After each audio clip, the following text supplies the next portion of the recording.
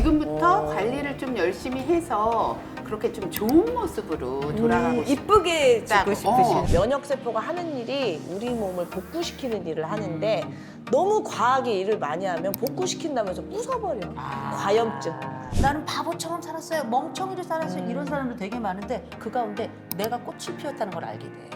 우리 50대 이제 보면은 자녀들 결혼 준비하고 뭐 한다고 막 어떻게 남겨줄까 뭐 이렇게 생각을 하는데 그러면서 또 하나의 삶이 변화가 되는 거잖아. 그래서 마지막까지 우리 인생 멋지게 살아보자. 자, 오늘의 주제는 웰다잉. 우리가 살아가면서 어떻게 살 것이냐도 중요하지만 무엇을 준비하면서 죽음을 향해 걸어갈 것인가. 너무 좋은 주제다. 죽음에 대한 이야기가 결국은 삶에 대한 주제니까 굉장히 잘 살아야 잘 죽을 것 같아. 요즘은 웰다잉 시대. 나의 전공별로 50대 친구들에게 꼭 준비하라고 알려주고 싶은 것.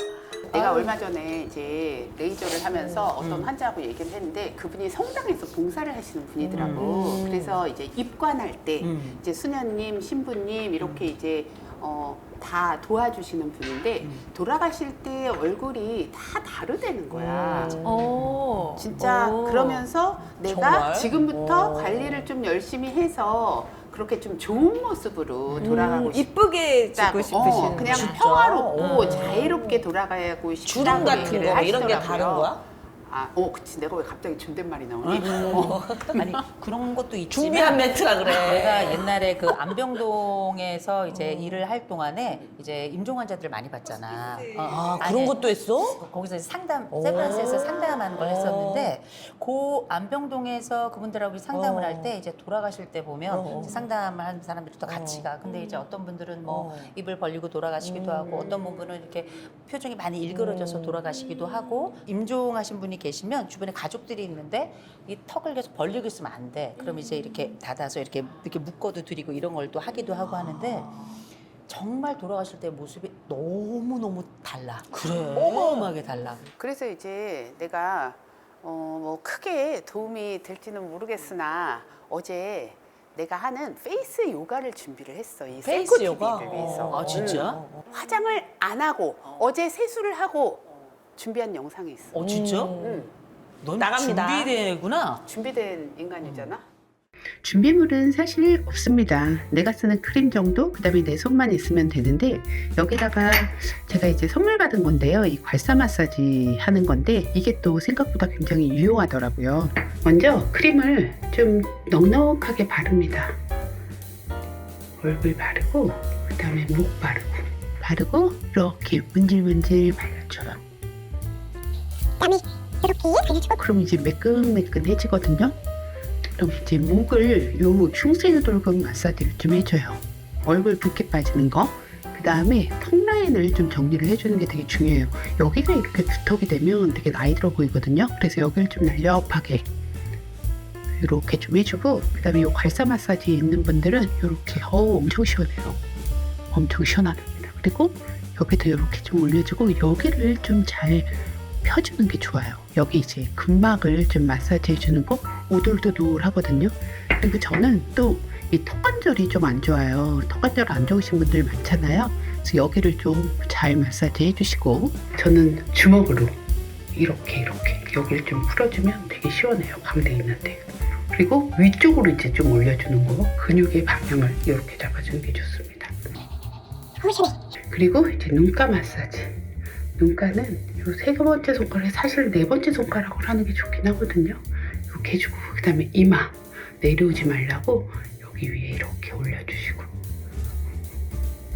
너무 심플하죠? 그래서 마지막으로 정리를 하자면 먼저 흉쇄근 유돌근 풀어주고, 그 다음에 턱 라인 잡아주고, 그 다음 팔자주름 올려주고, 이 주먹으로 이렇게 마사지 해주고, 여기 잘 마사지 해주고, 눈가 주변 해주시고, 위쪽 마사지 해주시고, 이렇게 하면 끝! 내일 봐요. 이거 엄청 시원하다. 시원하다. 이거 엄청 손으로 시원해, 하면 이거. 되네. 그래서 손으로 해도 돼. 뭐 티스푼까지 귀찮고 나는 그냥 손으로 야, 하는데 대기 시간에 이러고 있으면 되겠다. 많이 바르고 하면 훨씬 더 잘 되고. 수분 크림 같은 거 쫙 바르고 하면 그렇지, 되겠다. 그렇지. 아무것도 아닌 것 같지만 얼굴이 울퉁불퉁해져. 너? 이거 하면 아니 나이가 먹잖아. 얼굴이 여기 처지는 건 맞아. 진짜 얼굴이 진짜 여기 이런 데가 다 울퉁불퉁해지더라. 그래서 내가 연진이한테 물어봤잖아. 야 연진아, 내가 여기가 이마가 이렇게 들어갔다가 다시 이렇게 나온다 그랬더니 늙어서 그런 거라고.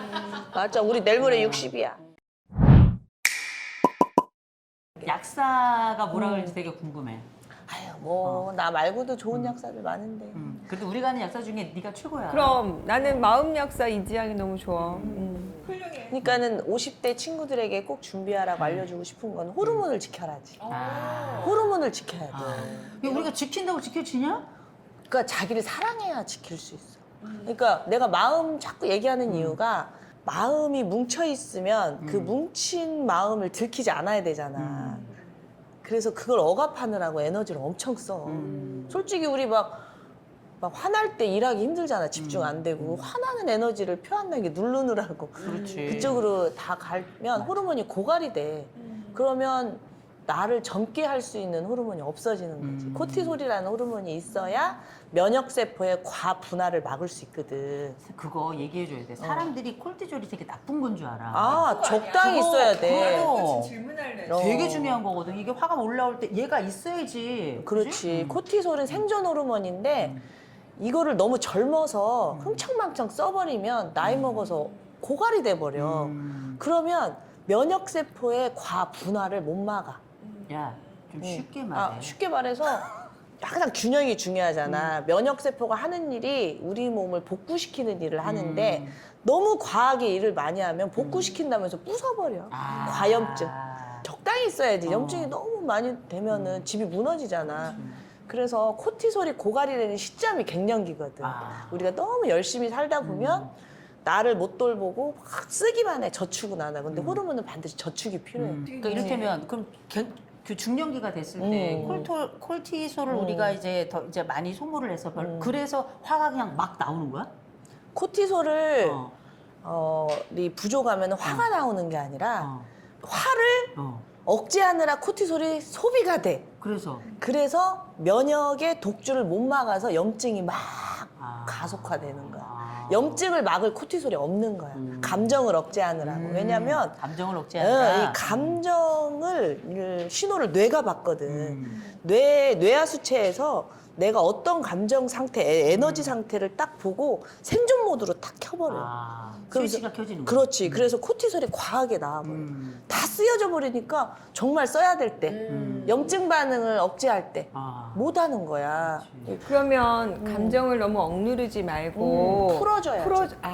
풀어줘야 너무 억제하면 안 된다. 근데 감정에 휩싸여도 안 돼.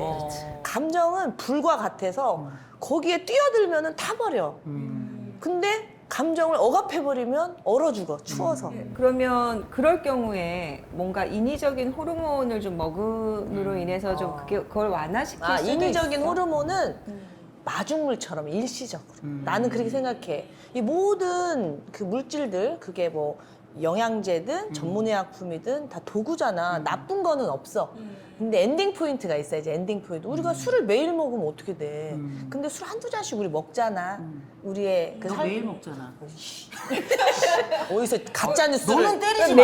매일은 아니야. 매일은 아니고 한 번 먹으면 끝장을 나 지금 봐서 조금 그래. 전문가 같이 나오고 있는데 어디서 찌끄리고 있어. 아니 그 평소에 이게 전문가 아닌 것 같은데 이상하게 얘기해봐. 그래가지고.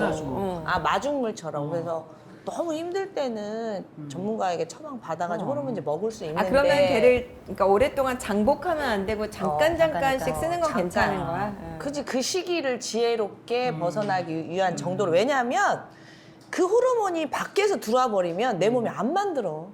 오히려 퇴화돼. 그렇지. 퇴화돼. 할 필요가 없으니까. 근데 죽을 때까지 호르몬이 있어야 내 세포들이 원활하게 활동을 해. 그리고 이 호르몬제를 80, 90 넘어서 먹을 수가 없잖아. 그렇지. 우리는 장기간 살아야 되는데 한 5년 정도? 길어야? 그러니까 젊어서는 절대 일어나진 않았던 일들이 나이 먹으니까 호르몬이 부족하니까 아껴 써야 돼, 나이 먹으면.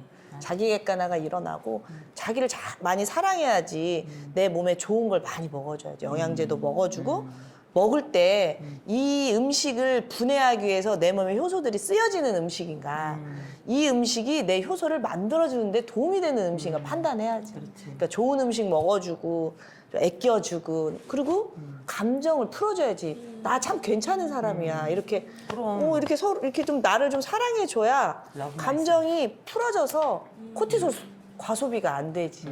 뭐 그런 것들이지 뭐. 아껴야 돼. 근데 나는 이제 내가 이제 상담을 계속 하잖아. 상담을 계속 하면서 내 친구들, 나와 함께 시대를 살아가고 있는 사람들에게 뭘 하라고 얘기하고 싶냐? 나는 꼭 죽기 전에 교양으로라도 상담받으라고 얘기하고 싶어. 상담. 이게 이게 사람들이 이제 어떤 상담이라고 하는 게 무슨 문제가 있어야 비로소 내가 가서 이 문제를 해결하는 그 과정이라고 생각하지만 나를 알아가는 과정이거든. 맞아. 그러니까 자기가 상담을 받지 못하는 사람은 참 안쓰러운 사람이라고 나는 생각해. 첫째는 자기를 내놓을 용기가 없는 거고 또 한 가지는 자기 삶을 한 번도 다른 사람의 시선 속에서 정돈을 해본 적이 맞아. 없는 거야. 맞아. 우리가 왜 중요하다. 정리 전문가가 따로 있잖아. 그런 것처럼 이렇게 상담이라는 걸 하다 보면 이렇게 내 삶을 이렇게 조망하게 돼. 우리가 왜 정체성이라는 게 역사적인 나하고 사회적인 나 이게 딱 만나는 지점에 내가 지금 어디쯤 서 있고 무슨 좌표를 역할을 찍는 해야 될 거네, 것인가. 좌표? 굉장히 중요한 거야. 근데 그런 걸 우리는 한 번도 안 해봤거든. 그래서 나는 지금부터 무엇으로 살고 싶은가에 대한 질문을 스스로에게 해볼 수 있는 몇 안 되는 기회거든. 그래서 나는 바보처럼 살았어요. 멍청이로 살았어요. 이런 사람도 되게 많은데 그 가운데 내가 꽃을 피웠다는 걸 알게 돼. 그러니까 꼭 잊지 왠지 않고 상담하면은 자기가 무슨 큰 문제가 있는 것처럼 맞아. 왜곡됐네. 나를 발견하는 길. 그럼 코로나 전에 뭐 했냐면 내가 기업 강의 많이 하잖아. 그러면 CEO들도 따로 이제 이렇게 강연 같은 거 듣잖아. 뭐 리더십 뭐 이런 걸로. 그럴 때 잊지 말고 내가 숙제를 내줬어. 잊지 마시고 20회 이상 무조건 상담 받으셔라. 근데 20회가 굉장히 긴 거잖아. 일주일에 한 번 가면. 1년 그래서 해야 되겠네. 그게 길면 10회라도 괜찮다. 무조건 상담 받아봐라. 그래서 CEO들 사이 붐이 일었어. 상담받는 붐. 나 너무 훌륭하다고 생각하고. 근데 나는 이게 내가 뭘 했다는 게 중요한 게 그게 얼마나 좋아. 그러면 기업가들은 기업의 정신이 바뀌고 거기서 일을 하는 근로자들은 내 삶을 돌보면서 일을 할 수 있으니까 너무 좋은데 이게 꼭 문제 해결만은 아니라는 거지. 너무 좋아. 그렇지, 그럼. 그렇지. 나는 살아있는 모든 존재는 다 상담가라고 생각해. 누군가에게 힘을 주기도 하고 누군가에게 도움을 주기도 하고 또 스스로 성장하기도 하니까. 그럼 제일 좋은 게 남의 고민 대신에 해주는 거야. 땡큐지. 그것도 유료 상담이 최고다. 그 거기서 돈까지 들어와. 최고야. 나는 호선이랑 좀 비슷한 얘기긴 한데 유언장을 좀 작성해 보면 좋을 것 같아. 내가 36살에 그때 처음으로 유언장을 내가 혼자 작성을 해봤거든. 그때 정말 막 작성하는데 눈물이 나가지고 얘 종이가 막 구불구불해졌어. 막 잉크 번지고. 근데 그때 내 삶을 돌아보게 되고 가장 명확해지는 건 뭐냐면 내가 남아있는 어떤 것들을 남길 것인가, 이 남긴 것들을 어떻게 할 것인가를 생각을 하니까 좀 앞으로 내가 살아갈 방향이 좀 잡히더라고. 미리. 근데 우리 50대 이제 보면은 자녀들 결혼 준비하고 뭐 한다고 막 어떻게 남겨줄까 뭐 이렇게 생각을 하는데 사실 줘봤자 애들이 그거 고마워지도 않고 그거 다 써버리고 재산 분할할 때 보면은 부모한테 받은 거 다 저기 대출받아갖고 사업한다고 다 망해먹는 게 일수야. 그거를 남겨서 정말 재산으로 한 경우는 거의 없더라고. 그래서 이제 그런 의미에서 유언장을 쓰는 것보다 내 삶을 어떻게 정리하고 내가 이걸 잘 쓰고 마지막에는 어떻게 남길 것인가를 한번 생각해 보면 그 다음에 내 삶이 조금 더 객관화되고 명확해지지 않을까. 그래서 나는 그러면서 상담을 하고 그 다음에 유언장을 작성하면 한 세트겠다 이런 생각이 드네. 어디 콜라보 한번 해볼까? 그래 볼까? 화이팅 화이팅. 약도 끼역하면 안 되냐? 그리고 나서 마음이 편안해지고 피부가 들어가고. 근데 이거 되게 중요한 게 우리가 이제 죽음 준비 교육을 하잖아. 죽음 준비 교육을 이렇게 하잖아. 그럴 때 나는 유언장을 쓸 때 돈 얘기는 들어가긴 하지만 뭐 얘기하냐면 삶에 대한 얘기를 하라 그래. 그래서 꼭 그 아이들마다 각각 남기고 싶은 이야기, 또 내 친구들에게 남기고 싶은 이야기, 내 물건은 어떻게 정리해달라 이런 식으로 해서 돈에 대한 결과로 유언장을 남기는 것이 아니라 내 삶에 대한 여정으로 유언장을 남기도록 그렇게 하거든. 내 물건 어떻게 해라 뭐 이런 거. 그렇게 쓰고 난 다음에 반드시 서서 모든 사람들 앞에서 읽게 해. 이거 하잖아? 이건 장례식은 저리 가라야.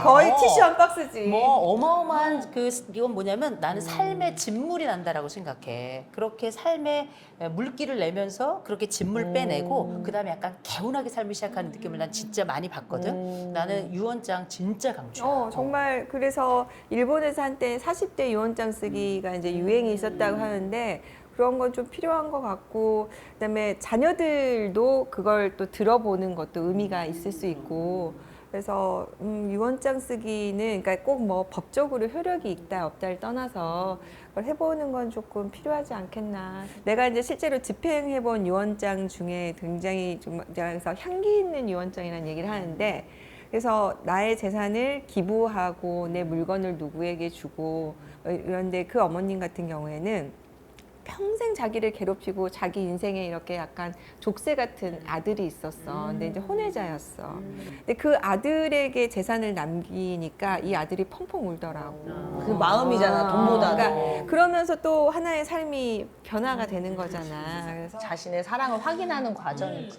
아마 이제 그런 의미에서 자녀들도 사실은 유언할 때 그것 때문에 부모님한테 원망하고 막 이런 경우 있고 사랑받지 못해서 막 이렇게 부모하고 갈등 일으키는 자녀들 있잖아. 그래서 그렇게 뭐 하나의 화해되는 계기가 될 수도 있지 않을까 생각해요. 그런 글로 상처났다고 생각했던 그 존재를 완성시켜 줄 것 같아. 맞아. 너무 좋아. 위로해주는 그런 유언장이 될 수 있는 거지. 우리의 이런 수다쇼를 보고 사람들이 계속 해달라고 하고 아 그래? 계속 해달라고 해? 다행이다. 그런 댓글이 우리 잘 될 것 같아. 우리 옆편네들 모임 잘 될 것 같아. 나는 약간 사실 약간 부담스러웠거든. 우리가 이렇게 막 우리끼리 노는 것을 방송으로 내보내는 게 근데 진솔하다는 표현 많이 하시더라고. 우리 다 솔직하게. 우리가 진솔하면서 우리가 이렇게 모여서 얘기를 하는 것이 누군가에게 또 위로가 된다면 상당히 기분이 좋다. 아무튼 우리가 이 마지막 얘기까지 했으니까 마지막까지 우리 인생 멋지게 살아보자. 자, 우리 마지막으로 자. 호! 연 지! 양. 안녕!